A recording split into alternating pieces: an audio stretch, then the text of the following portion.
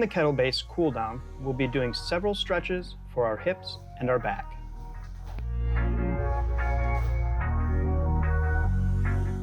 The first stretch is going to be an external rotation stretch for our hips.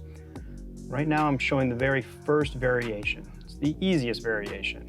So what you're going to do is take one ankle, cross it over onto your opposite knee, and if your hips are very tight, you can do just this. Just press gently to externally rotate that hip. The second variation of this stretch is to grab your ankle and your shin with both hands and pull yourself deeper into it by assisting with the opposite knee.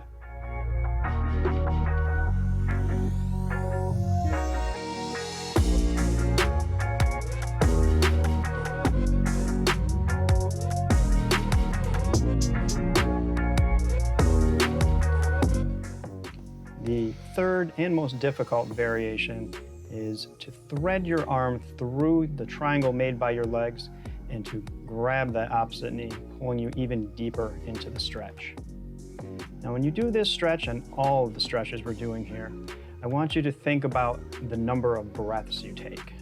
Generally when we do stretches, we breathe out and pull ourselves deeper into the stretch, and then when we inhale, we gently come out of the stretch. Each stretch is going to be about 10 total breaths, and each of those breaths should be a long, slow, deep breath.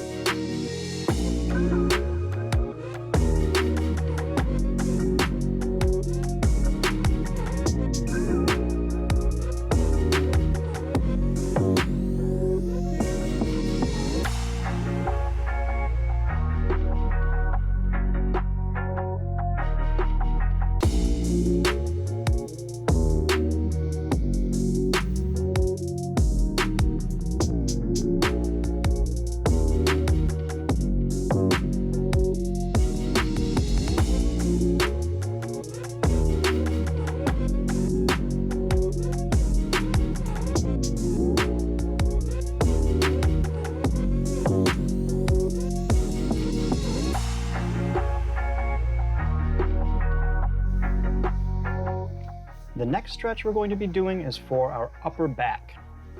We start by taking both of our knees and tucking our tailbone under. Then we cross one hand over to the opposite knee and roll up onto our side. At this point, we grab a hold of our ribs and we rotate that top shoulder back down to the ground. Don't pull too hard. Use your breath to release into the stretch.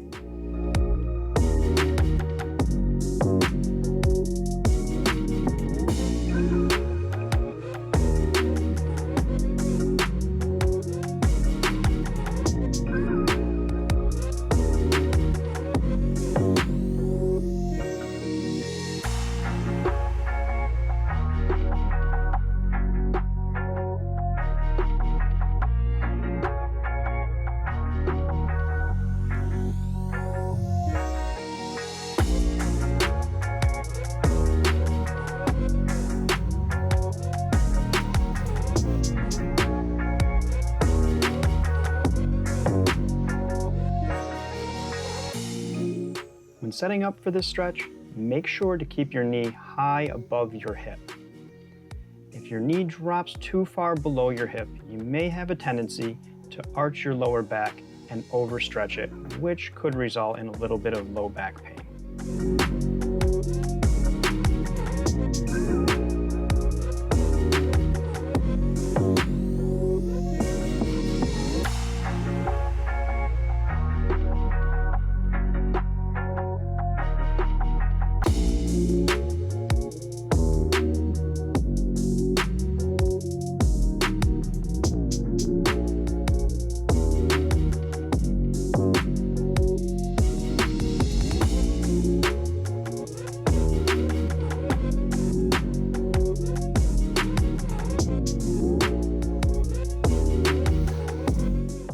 next stretch is for our spine and for our hip flexors. We're going to get into a prone position, push our elbows down into the mat, lift our head, and squeeze the glutes. When you rotate from side to side, make sure to lead with your eyes. Wherever your eyes go, your head goes, and the rest of your spine follows. Again, make sure to keep your glutes tight to protect your low back.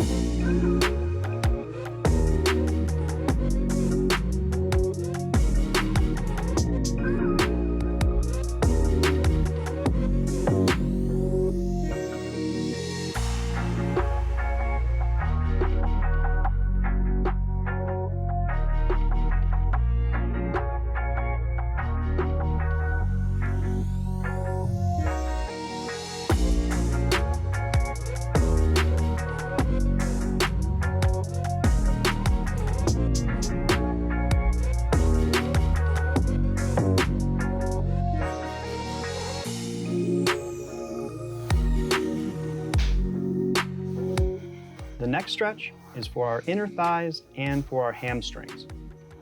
You can find proper foot placement by doing a couple shallow squats to either side. Then you can begin the stretch by folding forward while trying to maintain a neutral spine. You may round your back a little bit, but try not to round completely. Keeping your back flat and straight, gently walk your hands to one side until you feel a little tension in your inner thigh.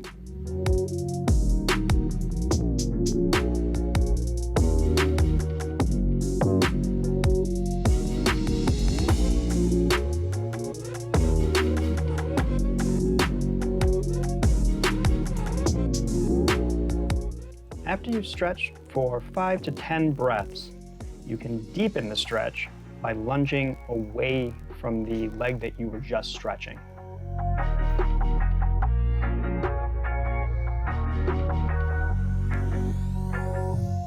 Feel free to tilt your foot forward or tip it up toward the ceiling to play with different angles in this stretch.